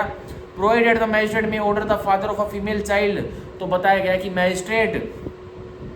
ऑर्डर कर देंगे एक पिताजी को, जो कि पिताजी किसके हैं, फीमेल चाइल्ड, जो कि एक फीमेल चाइल्ड के पिताजी, मतलब एक महिला बच्चे के पिताजी, उसको refer to in clause B, और वो महिला और वो जो फीमेल चाइल्ड है वो मैरिड डॉटर है। तो अब मैजिस्ट्रेट साहब ऑर्डर कर देंगे उस मैरिड डॉटर के फेवर में और उसके फादर के अगेंस्ट में, क्या, टू मेक सच अलाउंस, और कि फादर इस फीमेल चाइल्ड जो कि मैरिड, तुमने उसकी शादी करवा दी है, अब उसका पति भी उसको नहीं संभाल पा रहा है और वो तो अपने आप को नहीं संभाल पा रही है, अब तुम जो उसके फादर हो वो उसको मंथली अलाउंस देगा, ठीक है, until she attain her majority. और कब तक देगा, जब तक कि वो फीमेल चाइल्ड मेजोरिटी अटेन नहीं कर लेती, ठीक है। तो इसमें यही क्रक्स है, अंटिल शी अटेन्स मेजोरिटी, जब तक कि वो फीमेल मैरिड डॉटर जिसको कि उसके पिताजी ने शादी कर दी थी, अब वो खुद को संभाल नहीं पा रही है, और उसका पति भी, भाई उसकी शादी करी थी उसका पति भी उसको संभाल नहीं कर पा रहा है। तो अब उस फीमेल चाइल्ड जो मैरिड डॉटर है एक व्यक्ति की, जिस व्यक्ति ने उसको उसकी शादी कर दी थी, अब वो अपने आप को संभाल नहीं पा रही है, तो अब उसी के पापा से ही खर्चा दिलाया जाएगा। कौन दिलाएंगे, मैजिस्ट्रेट साहब दिलाएंगे। और कब तक दिलाएंगे, जब तक कि वो फीमेल चाइल्ड मेजोरिटी मतलब 18 साल से ऊपर की नहीं हो जाती। अब देखिए, if the magistrate is certified that the husband of such female child if married, और जब मैजिस्ट्रेट साहब संतुष्ट हो जाते हैं कि जो फीमेल चाइल्ड है जो इसका हस्बैंड है, ठीक है, is not possessed of sufficient mean, कि इसके हस्बैंड के पास भी सफिशिएंट मीन्स नहीं है, तो अब उस मैरिड डॉटर के पिताजी से ही पैसा ले आके मंथली मेंटेनेंस उसको दिलाई जाएगी, ठीक है। तो ये हो गया हमारा सेक्शन 144 का सबसेक्शन 1 का प्रोवाइजो 1। अब पढ़ेंगे प्रोवाइजो 2 जो कि बताता है provide for that the magistrate may during the pendency of the proceeding regarding monthly allowance for the maintenance under this subsection. तो बताया गया है कि मजिस्ट्रेट साहब के पास एक प्रक्रिया लगी हुई है मेंटेनेंस लेने के लिए, एक पिटिशनर ने डाली हुई है। तो कह रहा है जब तक वो प्रक्रिया चल रही है तो उसके बीच में क्या कर सकते हैं मजिस्ट्रेट साहब, order such person to make a monthly allowance for the entire maintenance of his wife और सच चाइल्ड फादर और मदर। तो जब तक जो सेक्शन 144 के सब सेक्शन 1 के तहत एक पिटिशनर ने एप्लीकेशन लगा रखी मेंटेनेंस लेने की, तो जब तक पूरी मेंटेनेंस एप्लीकेशन वो अलाउ मतलब पूर्ण तरीके से उसमें जजमेंट नहीं आता तो तब तक क्या होगा, तो केस के बीच में यह मेंटेनेंस इंटरिम मेंटेनेंस का ऑर्डर कर देंगे मजिस्ट्रेट साहब कि एक व्यक्ति जिसके पास पर्याप्त सोर्सेज है तो वो इंटरिम मेंटेनेंस मतलब केस जब तक चल रहा है जब तक तो चलेगा, तो उसके बीच में अब जब तक के लिए तो खर्चा दे। मतलब अब मान के चलिए एक व्यक्ति ने अपने पापा के ऊपर केस डाला सेक्शन 144 सब सेक्शन 1 का मेंटेनेंस लेने के लिए। अब वो केस डाला 2024 में, अब केस तो जाके भाई 2030 में सोल्व होगा मेंटेनेंस का। तो अब 2024 से लेकर 2030 तक वो व्यक्ति क्या करेगा भाई, उसको तो जरूरत है ना, तभी तो उसने केस डाला। तो अब उसको मजिस्ट्रेट साहब इंटरिम मेंटेनेंस दिलाएंगे, मतलब केस खत्म होगा तो बाद में, पर पहले ही बीच में भत्ता दिला दिया जाएगा। अब देखिए ठीक है, और किसको भत्ता दिला दिया जाएगा, एक व्यक्ति की वाइफ को, एक व्यक्ति के बच्चों को, एक व्यक्ति के मदर फादर को। ठीक है, अब देखिए and the expenses of such proceeding which the magistrate consider reasonable, और जो कि उस व्यक्ति से जिससे इंटरिम मंथली अलाउंस लिया जा रहा है, ठीक है, और जिसको दिया जा रहा है, और उस लेने वाले व्यक्ति को, मतलब एक व्यक्ति के वाइफ ने, एक व्यक्ति के मदर फादर ने, एक व्यक्ति के चाइल्ड ने केस डाला हुआ है 144 सबसेक्शन 1 का, तो उसने जितने भी प्रक्रिया में ये केस डलवाने के लिए खर्चा लगाया तो वो खर्चा भी उस व्यक्ति से दिला दिया जाएगा। ठीक है, आप देखिए and to pay the same to such person as the magistrate may from time to time direct, और उस व्यक्ति को अब इंटरिम मेंटेनेंस दिया जाएगा। ठीक है, उस व्यक्ति को इंटरिम मेंटेनेंस दिया जाएगा जिस व्यक्ति को मजिस्ट्रेट साहब फेवर में सुनाते हैं इंटरिम मेंटेनेंस, और समय दर समय मजिस्ट्रेट साहब बता देंगे किस समय से किस समय दिया जाएगा। ठीक है, मतलब हर महीने की 15 तारीख तय कर दी, हर महीने की 20 तारीख तय कर दी, हर महीने की 10 तारीख तय कर दी, तो मजिस्ट्रेट साहब बता देंगे। ठीक है, तो हमें सेक्शन 144 सब सेक्शन 1 के प्रोवाइजो 2 में बस मार्क कर लेना है इंटरिम मेंटेनेंस वर्ड मार्क करना है। ठीक है, इंटरिम मेंटेनेंस वर्ड मार्क कर लेना है। अब प्रोवाइजो 3 हम पढ़ते हैं जो कि बताता है क्या बताता है, अभी देखिए प्रोवाइजो 3 लिख लिया, बताता है provided an application for the monthly allowance for the interim maintenance and expenses of the proceeding under the second proviso shall as far as possible be dispose within 60 days from the date of the service of notice of the application to such person. तो बताया गया है जो interim maintenance की application लगेगी कि case तो जी बहुत लंबा चलेगा, आप केस के दौरान ही मतलब प्रोसीडिंग के बीच में आप इंटरिम मेंटेनेंस दिला दीजिए। एक पिटिशनर ने एप्लीकेशन लगाई, मतलब एप्लीकांट ने एप्लीकेशन लगाई, ठीक है, तो वो एप्लीकेशन जब से लगी और जब से उस व्यक्ति के पास नोटिस गए जिसको कि मेंटेनेंस देना है, ठीक है, तो जब से 60 दिन के अंदर इंटरिम मेंटेनेंस डिसाइड हो जानी चाहिए। ठीक है, जो इंटरिम मेंटेनेंस का जिक्र सेक्शन 144 के सब सेक्शन 1 के प्रोवाइजो 2 में किया गया है, तो प्रोवाइजो 3 यही कह रहा है कि 60 डेज के अंदर इंटरिम मेंटेनेंस की एप्लीकेशन और साथ साथ वो केस में जो खर्चे हुए हैं वो एक्सपेंसेस की मतलब एक्सपेंसेस भी दिलाए जाएंगे उस वाइफ को, उस चाइल्ड को और उस मदर फादर को जिसने कि इंटरिम मेंटेनेंस की एप्लीकेशन ली, और कब से, विद इन 60 डेज 60 दिनों के भीतर। और 60 डेज कब से कैलकुलेट होंगे, जब से कि नोटिस की सर्विस हुई है किस पर, जिस व्यक्ति को मेंटेनेंस देना है। ठीक है, तो हम प्रोवाइजो 3 में मार्क कर लेते हैं विद इन 60 डेज। ठीक है, और कैलकुलेट कहाँ से होंगे, from the date of service of the notice of the application to such person. ठीक है, तो ये हमारा होगा सेक्शन 144 के सब सेक्शन 1 के तीनों प्रोवाइजो हम इसकी पढ़ेंगे। एक्सप्लेनेशन देखिए, स्पष्टीकरण क्या बताती है, for the purposes of this chapter कह रहा चैप्टर 10 के लिए यह समझ लीजिए, क्या समझ लीजिए, वाइफ इंक्लूड्स अ वुमेन, तो जो पत्नी होती है, धर्मपत्नी होती है, उसका मतलब क्या होता है, एक महिला who has not divorce by, जिसको कि डिवोर्स नहीं, मतलब एक व्यक्ति ने, एक पुरुष ने अभी डिवोर्स नहीं दिया है तो वो भी वाइफ होती है। और has obtained a divorce from, या एक व्यक्ति ने खुद डिवोर्स ले लिया एक व्यक्ति से, मतलब एक वाइफ ने खुद ही डिवोर्स तलाक ले लिया अपने पति से, तो वो भी वाइफ होती है। From her husband has not remarried, और एक वाइफ ने अपने पति से डिवोर्स तलाक ले लिया तब भी वो वाइफ कहलाएगी, और उसने अब तक रीमैरी मतलब दोबारा शादी नहीं किया तब तक भी के लिए भी वो वाइफ कहलाएगी। और वो खर्चा ले सकती है, और वो खर्चा किससे ले सकती है, अपने पति से। ठीक है, या फिर मान के चलिए वाइफ का इसमें एक्सप्लेनेशन में क्या मतलब निकाल रखा है, भाई वाइफ वो होती है जिसको कि अब तक डिवोर्स नहीं दिया तो वो वाइफ है, मतलब भाई अभी तो वेडलॉक में तो वो वाइफ है। ओ वाइफ ने खुद डिवोर्स ले लिया है तो भी वो वाइफ है, और बस शर्त यह है कि डिवोर्स लेने के बाद उसने रीमैरी मतलब दोबारा शादी नहीं की हो, ठीक है। या फिर पति ने खुद अपनी वाइफ को डिवोर्स दे दिया है तो भी उस वाइफ ने रीमैरी ना की हुई मतलब दोबारा शादी ना की हो, और उसने क्या तो क्या अब सीधा सीधा क्या होगा, तब भी वो मेंटेनेंस ले सकती है। जिस दिन रीमैरिज करी उस दिन ही मेंटेनेंस बंद, ठीक है। तो ये हमारी सेक्शन 144 की सबसेक्शन 1 की एक्सप्लेनेशन हुई जो कि बहुत ज़रूरी थी। अब हम पढ़ेंगे सेक्शन 144 का सबसेक्शन 2, ठीक है। सबसेक्शन 2, तो आज हम सेक्शन 144 ही पढ़ेंगे क्योंकि ये बहुत लंबा सेक्शन है। जो अब हम कल जो पढ़ेंगे सेक्शन 145, 146, 147 हम कल पढ़ लेंगे, ठीक है। और कल हो सकता है तो मैं जो ये चैप्टर 11 है ये भी स्टार्ट करवा दूँ, ठीक है। तो अब देखिए अब हम पढ़ेंगे सेक्शन 144 का सबसेक्शन 2 जो कि बताता है any such allowance for the maintenance और इंटरिम मेंटेनेंस। अब कोई भी अलाउंस, मंथली अलाउंस और या फिर इंटरिम मंथली अलाउंस, ठीक है, मतलब जो एक तो अब ये बता रखा है एनी सच अलाउंस। अब जो अलाउंस होता है वो क्या होता है, वो भत्ता होता है। कह रहा है जो भी भत्ता मेंटेनेंस के रूप में जो भत्ता मतलब मंथली मेंटेनेंस के रूप में जो भत्ता मैजिस्ट्रेट साहब ने एक व्यक्ति के फेवर में सुनाया है, या फिर इंटरिम मेंटेनेंस का भत्ता सुना है, मतलब भाई मेंटेनेंस फाइनल मेंटेनेंस कब मिलेगा, जब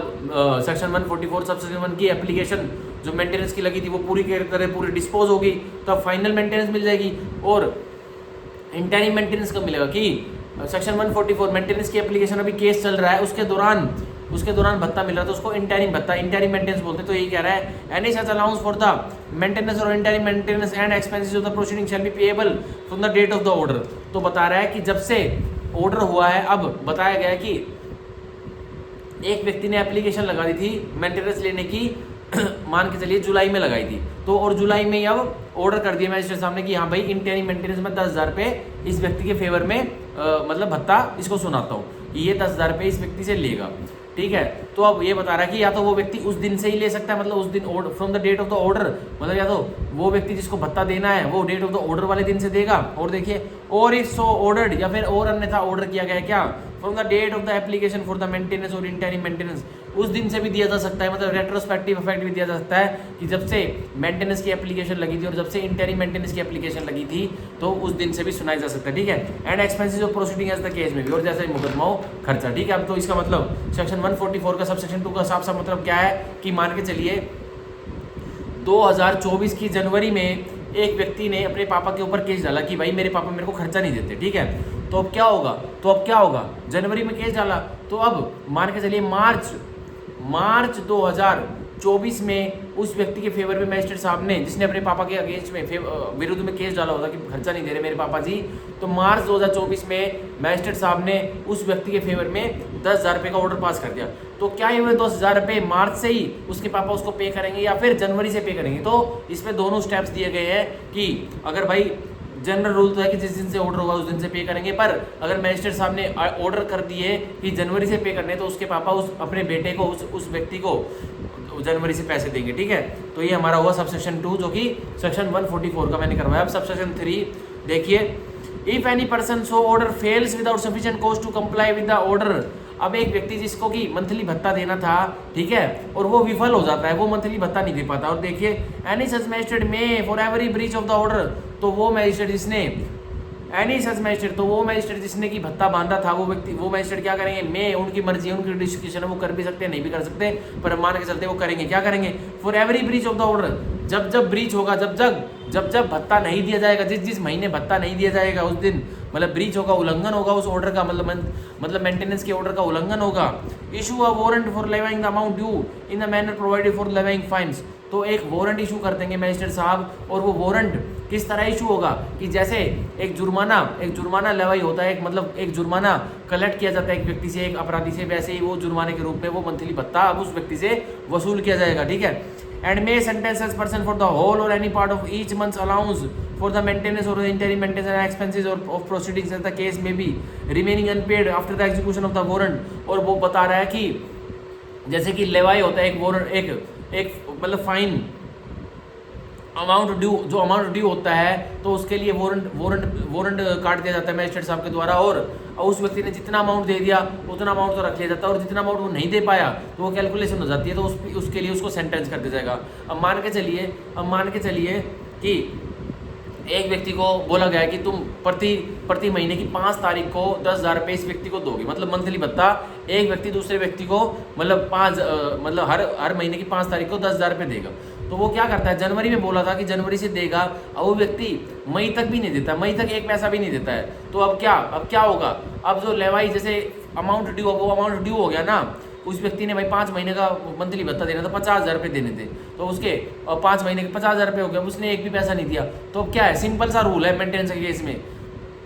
जितने पैसे दे दिए तो उस हिसाब से कैलकुलेट होके अब कैलकुलेशन हो जाएगी। मान के चलिए 25,000 उसने 50,000 रुपये देने थे, 5 महीने का अमाउंट ड्यू था, तो उसने 25,000 रुपये दे दिए, तो भाई जो 25,000 है उसके लिए तू सजा काट ले, ठीक है। और मान के चलिए एक व्यक्ति ने 5 महीने का अमाउंट ड्यू हो गया था उससे, तो मान के चलिए उसने एक भी पैसा नहीं दिया, तो भाई तो मेंटेनेंस के केस में सिंपल सा रूल है कि हर महीने का भत्ता नहीं दिया तो क्या होगा, सीधा का सीधा 1 महीने की जेल काटनी पड़ेगी। मतलब एक व्यक्ति को बोला था जनवरी में भाई जनवरी से बोला था, ऑर्डर किया था कि तू मंथली अलाउंस देगा अपनी वाइफ को, और आज 7 महीने मान के चलिए जुलाई हो गए और उसने एक भी पैसा नहीं दिया, तो जुलाई तक 7 महीने हो गए ना, तो 70,000 रुपये उसने उस व्यक्ति ने अपनी वाइफ को देने थे, उसने जुलाई तक एक भी पैसा नहीं दिया। तो अब क्या होगा, हर महीने जुलाई तक 7 महीने हो गए ना, 7 महीने, तो 7 महीने वो जेल काट, और जो उसकी लाइबिलिटी है ना, जो उसने पैसे देने थे, मेंटेनेंस देना था, वो तो बने ही रहेंगे अभी, ठीक है। तो अब देखिए यही था, ठीक है। और देखिए as the case may be remaining unpaid after the execution of the warrant to imprisonment for a term which may extend to 1 month और until payment is sooner made, तो अब उसको 1 महीने के लिए जेल सुना जाएगी हर एक ब्रीच के लिए, ठीक है। तो हम पढ़ेंगे सेक्शन 144 का सब सेक्शन 3 का proviso, provided no warrant shall be issued for the recovery of any amount due under this section unless application is made to the court to levy such amount within a period of 1 year। तो अब period of limitation भी दे दिया है कि एक व्यक्ति के favour में मंथली भत्ता लेने के लिए कोई ऑर्डर हुआ था, और उस व्यक्ति को जिससे लेने थे मंथली भत्ता वो नहीं दे रहा है, और अब वो व्यक्ति 1 साल तक भी साइलेंट बैठा है, कोर्ट में नहीं बता रहा कि मेरे को आपने मंथली अलाउंस देने के लिए इसको ऑर्डर किया था पर ये मेरे को दे नहीं रहा है, और वो 1 साल तक चुप बैठा है। तो अब उसको 1 साल के बाद अगर वो एप्लीकेशन लगाएगा तो कोई भी एप्लीकेशन उसकी नहीं सुनी जाएगी। बोलना था कि भाई पीरियड ऑफ लिमिटेशन आपको 1 ईयर के अंदर कोर्ट में आना था, और आपको बताना था कि भाई ये व्यक्ति जज साहब आपने इसको भत्ता देने के लिए बोलता, मंथली मेंटेनेंस देने के लिए बोलता, ये नहीं दे रहा है, तो आपको 1 साल के अंदर आना था। वो तो मतलब मान के चलिए अब एक व्यक्ति के फेवर में जुलाई में एक मजिस्ट्रेट साहब ने ऑर्डर कर दिए कि भाई आपके फेवर में मैं 10,000 रुपये मतलब मंथली मेंटेनेंस बांधता हूँ, ठीक है, मतलब आपको 10,000 रुपये इस व्यक्ति से दिलाऊंगा मैं, ठीक है, जुलाई में कर दिया। अब जुलाई भी निकल गई, अब जुलाई भी निकल गई, और अब अगस्त भी आ गया, सितंबर भी आ गया, अक्टूबर भी आ गया, ठीक है। पर उस व्यक्ति ने जुलाई, अगस्त, सितंबर, अक्टूबर 4 महीनों का उसको मेंटेनेंस नहीं दिया, पर नवंबर का दे दिया। तो अब जो 4 महीनों का जो उस व्यक्ति को लेना है ना, तो जो 4 महीनों का उस व्यक्ति को लेना है तो किस तारीख से कैलकुलेट होगा, विद इन 1 ईयर उसको एप्लीकेशन लगानी पड़ेगी। और कब से 1 ईयर कैलकुलेट होंगे, अक्टूबर से अब 1 ईयर कैलकुलेट होंगे, ठीक है, जब से उसने लास्ट मतलब वो भत्ता दिया है, ठीक है, मतलब अक्टूबर से अब कैलकुलेट होंगे, ठीक है। तो अब 1 साल के अंदर पीरियड ऑफ लिमिटेशन बता दिया कि अमाउंट जो पेंडिंग है लेना मंथली मेंटेनेंस के रूप में, ठीक है, अमाउंट जो पेंडिंग है कलेक्ट करना, अगर वो नहीं दिया है एक व्यक्ति ने जिसको कि देना है, जिसको कि कोर्ट ने बोला है कि तुम भत्ता दोगे, तुम मेंटेनेंस दोगे दूसरे व्यक्ति को, तो 1 ईयर के अंदर एप्लीकेशन लगी, तभी एक अमाउंट दिलाया जाएगा या फिर जेल जूल कटवाई जाएगी उस अमाउंट के संदर्भ में, ठीक है। तो हम सेक्शन 143 के 144 के सब सेक्शन 3 के प्रोवाइजो में 1 ईयर है ना, जो 1 ईयर उसमें पीरियड ऑफ लिमिटेशन लिख लेंगे कितना, with in period of 1 year, ठीक है। अब हम पढ़ेंगे प्रोवाइजो 2 जो कि बताता है provided further that if such person offers to maintain his wife's or on condition of her living with him. तो बताया गया है एक वाइफ ने अपने हस्बैंड के ऊपर केस डाल रखा है, और वो हस्बैंड सिर्फ जज साहब को यह बताता है कि जज साहब मेरी एक शर्त है, मैं जब भी इसको खर्चा दूंगा ये मेरे साथ रहेगी, मतलब शर्त रख देता मजिस्ट्रेट साहब के सामने कि मेरी वाइफ मेरे से खर्चा तो मांग रही है पर मैं ये मेरे साथ रहेगी ना तभी इसको खर्चा दूंगा, वरना तो नहीं दूंगा। अब देखिए and she refuses to live with him, और उसकी वाइफ मना करी मजिस्ट्रेट साहब को कि मैं नहीं रहना चाहती इसके साथ, ठीक है, मैं नहीं रहना चाहती अब इसके साथ। देखिए such magistrate may consider any grounds of refusal stated by her, तो हम मैजिस्ट्रेट साहब विचार विमर्श करेंगे कि इस व्यक्ति की वाइफ ने क्यों ऐसा बोला कि ये उसके साथ नहीं रहना चाहती। अब ग्राउंड्स के आधार क्या है भाई, रोज मेरे को मारेगा ये, ठीक है। पहले भी मारता था, जब मैं अलग हो गई अब इसको मेंटेनेंस में मैंने केस चला रखा है, अभी मेंटेनेंस नहीं देना चाहता, ये बोल रहा है साथ रख लूंगा, अब अगर मैं इसके साथ चली जाऊंगी तो रोज मारेगा। तो अब मजिस्ट्रेट साहब इस पे विचार विमर्श करेंगे, जो वाइफ ने बोला है कि मैं इसके साथ नहीं रहना चाहती। अब देखिए, and may be an order under this section notwithstanding such offer, और अब मजिस्ट्रेट साहब ऑर्डर मेड कर देंगे सेक्शन 144 के तहत, और उस ऑफर को भूल जाएंगे। वो ऑफर की कोई वैल्यू नहीं रहेगी। जो एक हस्बैंड अपनी वाइफ को ऑफर करता है कंडीशन के साथ कि मैं तेरे को खर्चा दे दूंगा कि तू मेरे साथ घर चल और मेरे साथ रह ले, ठीक है। और वो बस ऐसा क्यों कर रहा है? बस लाइबिलिटी से बचने के लिए कि अब मेरी वाइफ ने मेंटेनेंस का केस चला रखा है, मजिस्ट्रेट साहब के सामने हम दोनों खड़े हैं, मैं ये कह देता हूँ, कंडीशन रख देता हूँ कि हाँ तेरे को बहुत सारे पैसे दे दूंगा, डेली हर महीने दूंगा, तू मेरे साथ चल ले। अब वो भाई लाइबिलिटी से बचने के लिए, एस्केप होने के लिए बोल रहा है। तो अब वो वाइफ उसकी कह रही है मजिस्ट्रेट साहब को कि मैं इसके साथ नहीं रहना चाहती, पहले ही मारता था और अब भी मारेगा। तो मजिस्ट्रेट साहब इसमें सोच विमर्श करेंगे, विचार विमर्श करेंगे इस महिला की कही हुई बात पर, और अब उसको क्या कहेंगे, एक ऑर्डर मेड कर देंगे मंथली मेंटेनेंस के लिए। अब देखिए, और उस not with standing that offer, और जो उसके पति ने जो ऑफर उसको मेड किया था कि मेरे साथ चल और मैं तेरे को मेंटेनेंस दे दूंगा, उस ऑफर की कोई अहमियत नहीं रहेगी। अब देखिए, if he satisfied that there is just ground for so doing, अब मैजिस्ट्रेट साहब को संतुष्टि हो जाती है कि क्या एक ऑर्डर करना ही महत्वपूर्ण होगा, मतलब जरूरी होगा, ये ऑफर तो इस व्यक्ति ने ऐसे ही बोला है, ये इसको जाके मारेगा पीटेगा और इसको कोई खर्चा नहीं देने वाला। तो मैजिस्ट्रेट साहब सीधा ऑर्डर मेड कर देंगे मेंटेनेंस का, ठीक है। तो ये हमारा हुआ सेक्शन 144 के सब सेक्शन 3 का प्रोविजो 2, जो कि बहुत इंपॉर्टेंट था। अब हम पढ़ेंगे एक्सप्लेनेशन सेक्शन 144 के सबसेक्शन 3 की प्रोविजो 2 की एक्सप्लेनेशन, स्पष्टीकरण, जो कि बताती है if a husband has contracted marriage with another woman, एक व्यक्ति ने एक हस्बैंड ने एक पति ने, ठीक है, दूसरी महिला के साथ शादी कर ली है, ठीक है, और उसकी पहली महिला ने उसके ऊपर मेंटेनेंस का केस चला रखा। अब देखिए, और कीप्स अ मिस्ट्रेस, या फिर एक महिला ने अपने पति के ऊपर केस चला रखा है और उसका पति उसको अब कोर्ट में ये बोलता कि तू मेरे साथ चल, कंडीशन है कि तू मेरे साथ चल, तेरे को मेंटेनेंस दे दूंगा। अब उसकी महिला उस पति की उस व्यक्ति की जो पत्नी है वो ये कहती है कि मैं नहीं जाऊंगी तेरे साथ, क्योंकि इसने सर मेरे साथ दूसरी शादी कर रखी है, ये मिस्ट्रेस रखता है घर में, मतलब एक कॉन्क्यूबिन रखता है, मतलब एक रखेल रखता है। अब देखिए, it shall be consider to be a just ground for his wife refusal to live with him. तो ये एक्सप्लेनेशन में एक छोटा सा एग्जांपल दे रखा है, इंस्टांस दे रखा है कि एक वाइफ ने, जिसने की मेंटेनेंस प्रोसीडिंग चला रखी है, वो वाइफ मैजिस्ट्रेट साहब के सामने ये कहती है कि सर इस व्यक्ति ने दूसरी शादी कर ली है, अब ये बस यूं ही कह रहा है कि ये मेरे को घर जाके मेंटेनेंस दे देगा, मेरे साथ रह ले। अब ये ऐसे ही बोल रहा है अपनी लाइबिलिटी से एस्केप होने के लिए, और इसने दूसरी शादी कर रखी है। तो ये दूसरी शादी करना उस व्यक्ति की ये भी एक ग्राउंड है कि वो उसकी वाइफ उसके साथ नहीं रहना चाहती और वो मेंटेनेंस लेगी अब, ठीक है। और या फिर वो मिस्ट्रेस रखता है, ठीक है, तो ये भी एक ग्राउंड है कि वो महिला उसके साथ नहीं रहना चाहती, ठीक है। अब देखिए, हम पढ़ेंगे सेक्शन 144 का sub section 4, No wife shall be entitled to receive an allowance for the maintenance or interim maintenance and expenses of the proceeding। तो कह रहा है किसी भी वाइफ को मंथली भुगतान, मतलब मंथली खर्चा नहीं मिलेगा, या फिर इंटरिम मंथली खर्चा नहीं मिलेगा, या फिर जो उसने प्रक्रिया चला रखी है, जो उसके एक्सपेंस हो रहे हैं वो भी नहीं मिलेगा। क्यों नहीं मिलेगा? From her husband under this section, उसके पति से नहीं मिलेगा। और इस सेक्शन, इस प्रावधान के अंतर्गत क्यों नहीं मिलेगा? If she is living in adultery, अगर कि वो महिला, अगर एक महिला ने अपने पति के ऊपर मेंटेनेंस प्रोसीडिंग चला रखी है और वो महिला अडल्ट्री में रहती है, मतलब खुद अपने हस्बैंड के अलावा किसी और मेल के साथ सेक्सुअल इंटरकोर्स करती है, तो मतलब वो अडल्ट्री में रह रही है, तो उसको अब कोई खर्चा लेने के लिए वो लायक नहीं है, ठीक है। आप देखिए, और if without any sufficient reason, और वो महिला अडल्ट्री में भी नहीं रह रही है, या फिर कोई और अन्य विदाउट सफिशिएंट, मतलब कोई और सफिशिएंट, मतलब उचित आधार नहीं है, कोई उचित कारण नहीं है, क्या she refuses to live with her husband, की कोई उचित कारण नहीं है, कि इस महिला के पास कोई कारण है ही नहीं कि अपने हस्बैंड के साथ क्यों नहीं रह रही। जब तक भाई वो कारण नहीं बताएगी कि क्यों रहना नहीं चाहती मैं इसके साथ, तो जब तक भी उसको खर्चा नहीं मिलेगा। और देखिए, और if they are living separately by mutual consent, या फिर पति पत्नी दोनों ही म्यूचुअल कंसेंट, मतलब आपसी समझौते से अलग रह रहे हैं, तो भी महिला को कोई मेंटेनेंस नहीं मिलेगा और ना ही तो कोई इंटरिम मेंटेनेंस मिलेगा, ठीक है। तो ये हमारे जो सबसेक्शन 4 है, सेक्शन 144 ऑफ द BNSS का, ये हस्बैंड के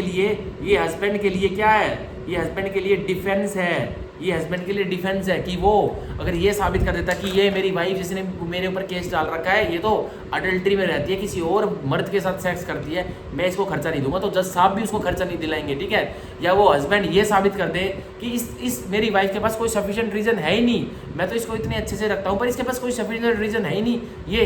वैसे ही मेरे साथ नहीं रह रही। तो अब वाइफ को प्रूव करना पड़ेगा, रिवर्ट करना पड़ेगा कि क्यों तू अपने हस्बैंड के साथ नहीं रह रही, मैजिस्ट्रेट साहब को बता, तभी खर्चा ले, अन्यथा तो खर्चा नहीं मिलेगा। ठीक है, तो ये था सेक्शन 144 का सब सेक्शन 4। अब हम पढ़ेंगे सेक्शन 144 का सब सेक्शन 5, जो कि बताता है on proof that any wife in whose favour an order has been made under this section. तो अब एक वाइफ का हस्बैंड सबूत दिखाता है मैजिस्ट्रेट साहब को। क्या सबूत दिखाता है कि जज साहब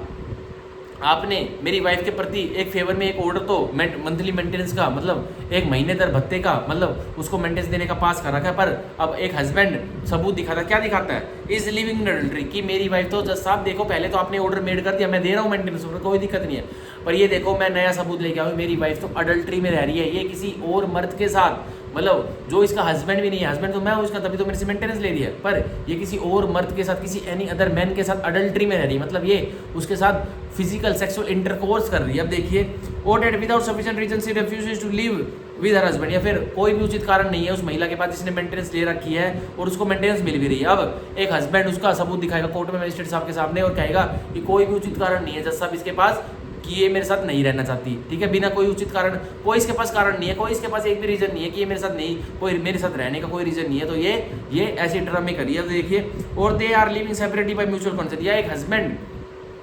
कोर्ट में मैजिस्ट्रेट साहब के सामने एक सबूत दिखा देता कि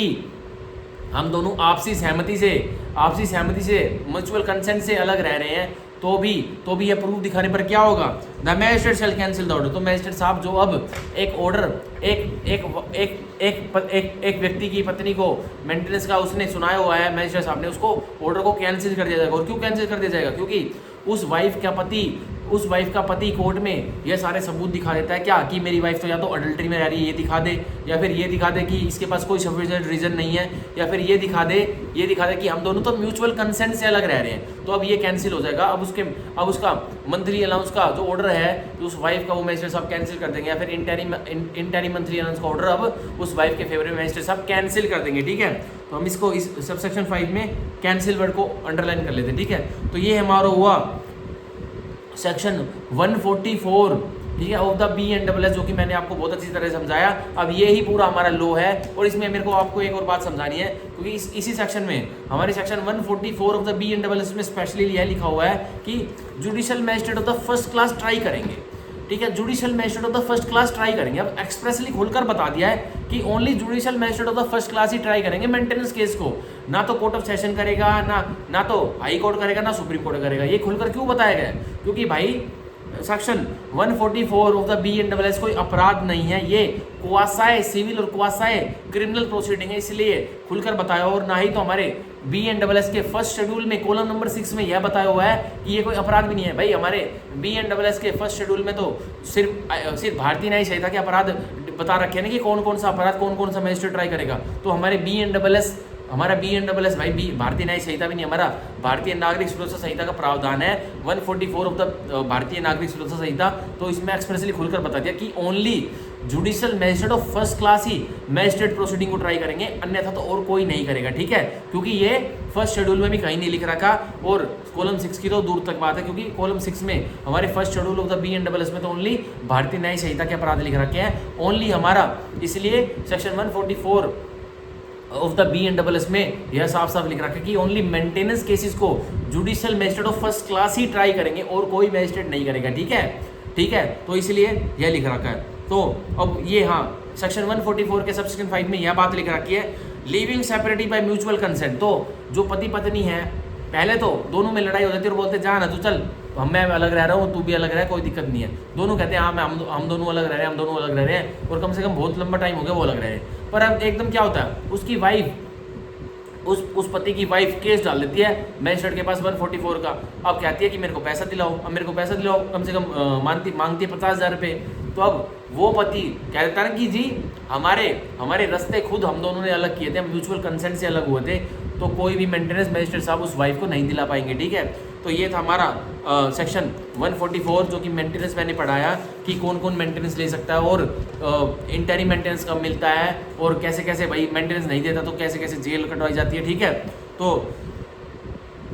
सॉरी, आज का लेक्चर हमारे यहीं खत्म होता है, जिसमें मैंने आपको पहले तो सेक्शन 142 पढ़ाया चैप्टर 9 का, और फिर मैंने आपको सेक्शन 144 पढ़ा है चैप्टर 10 का बहुत अच्छे से, ठीक है। और अगर कोई भी डाउट हो तो आप कल पूछ लेना, या फिर मैं ईमेल डाल रहा हूँ डिस्क्रिप्शन बॉक्स में, उस पर पूछ लेना, ठीक है। तो ये हमारा खत्म होता है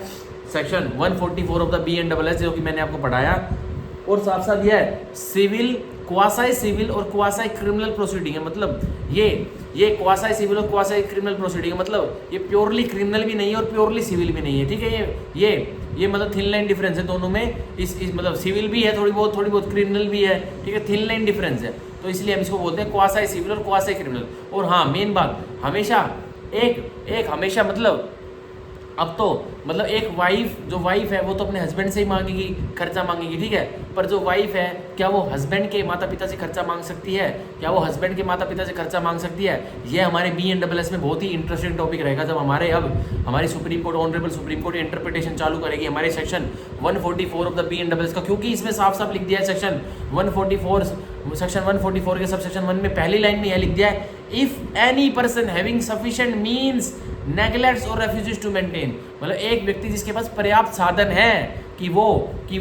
मेंटेन कर सकता है, उसके पास बहुत धन है, पर वो लापरवाही करता है, मतलब लापरवाही करता है, मेंटेन नहीं करता है, या फिर वो मनाही कर देता है, रेफ्यूज कर देता है कि मैं मेंटेन नहीं कर रहा। और किन को मेंटेन नहीं कर रहा? इन व्यक्ति को जो A और B और C और D क्लोज में लिखे गए हैं, ठीक है। तो ही एक व्यक्ति से खर्चा दिलाया जाएगा, ठीक है, जो कि मना करता है और उसके पास पर्याप्त सोर्सेज भी होने चाहिए। अब एक एग्जाम्पल देता हूँ। अब भाई मान के चलिए कोई रिक्शा चलाने वाला है, वो महीने में बस 4,000 रुपये कमाता है, ठीक है, हार्डली 4,000 रुपये कमाता है। अब उसकी वाइफ उसके ऊपर केस डाल देती है, किसका? मेंटेनेंस का, 144 का। क्या मजिस्ट्रेट साहब उस रिक्शे वाले से उसकी वाइफ को पैसा दिलाएंगे? बिल्कुल भी पैसा नहीं दिला सकते, क्योंकि भाई उसके पास सफिशिएंट सोर्सेज है ही नहीं, ठीक है। उसके पास सफिशिएंट मीन्स है ही नहीं, खुद वो 4,000 रुपये कमा रहा है। वो तो अब जो हमारा DC रेट का इंडेक्स है, जो कि एक व्यक्ति को लिविंग होने के लिए मतलब प्रतिदिन अपनी प्रक्रिया चलाने के लिए पैसा चाहिए 200-250 रुपये, वो भी उसके पास नहीं है, तो उसमें कैसे मेंटेनेंस नहीं दिलाया जाएगा, ठीक है। अब एक और एग्जांपल लेते हैं कि जब एक मान के चलिए एक हस्बैंड के अगेंस्ट में एक मजिस्ट्रेट साहब ने 50,000 रुपये मंथली का ऑर्डर निकाल दिया कि तुम अपनी वाइफ को 50,000 रुपये मंथली दोगे, ठीक है। अब क्या होता है, वो नहीं देता। अब उसके हस्बैंड की पहले तो इनकम थी 1 लाख रुपये। अब मजिस्ट्रेट साहब क्या करते हैं, उसकी वाइफ एप्लीकेशन डालती है कि ये नहीं दे रहा, तो मजिस्ट्रेट साहब उसको जेल के अंदर डाल देते हैं। अब जेल के अंदर होते हुए वो हस्बैंड कोर्ट में एप्लीकेशन लगवाएगा, और क्या लगवाया जी, मैं तो जेल में हूँ, मेरे पास क्या सफिशिएंट मीन्स है, मेरा खर्चा जो आपने मेरी वाइफ को जो खर्चा मांग रखा वो कम करो। अब उसके हालात चेंज हो गए ना, अब उसके पास सफिशिएंट मीन्स है, वो तो जेल में पड़ा, वो कमा रहा है, नहीं कमा रहा ना, तो अब वो कम हो जाएंगे, ठीक है। ये भी सिचुएशन बनती है बहुत बार, मैंने बहुत सारे केसेस ऐसे देखे हुए हैं, ठीक है। तो इसी के तहत आज हमारी वीडियो खत्म होती है। मैंने आपको आउट ऑफ द बॉक्स 2-4 बातें बताई है जो कि बहुत इंपॉर्टेंट है, ठीक है। तो जैसे कि आपको पता है, मैंने आज सेक्शन 142 पढ़ाया चैप्टर 9 का, और सेक्शन 144 पढ़ाया चैप्टर 10 का। अब हम सेक्शन 145 से आगे वाले प्रावधान कल करेंगे, ठीक है। सो आज की वीडियो यहीं खत्म होती है। तो अगर कोई भी डाउट हो तो कमेंट करना, या फिर मैं ईमेल छोड़ रहा हूँ डिस्क्रिप्शन बॉक्स में, मेरे ईमेल पर कोई मैसेज लिख देना, ठीक है, तो मैं रिप्लाई करूँगा, ठीक है। So bye bye, take care, thank you, bye bye.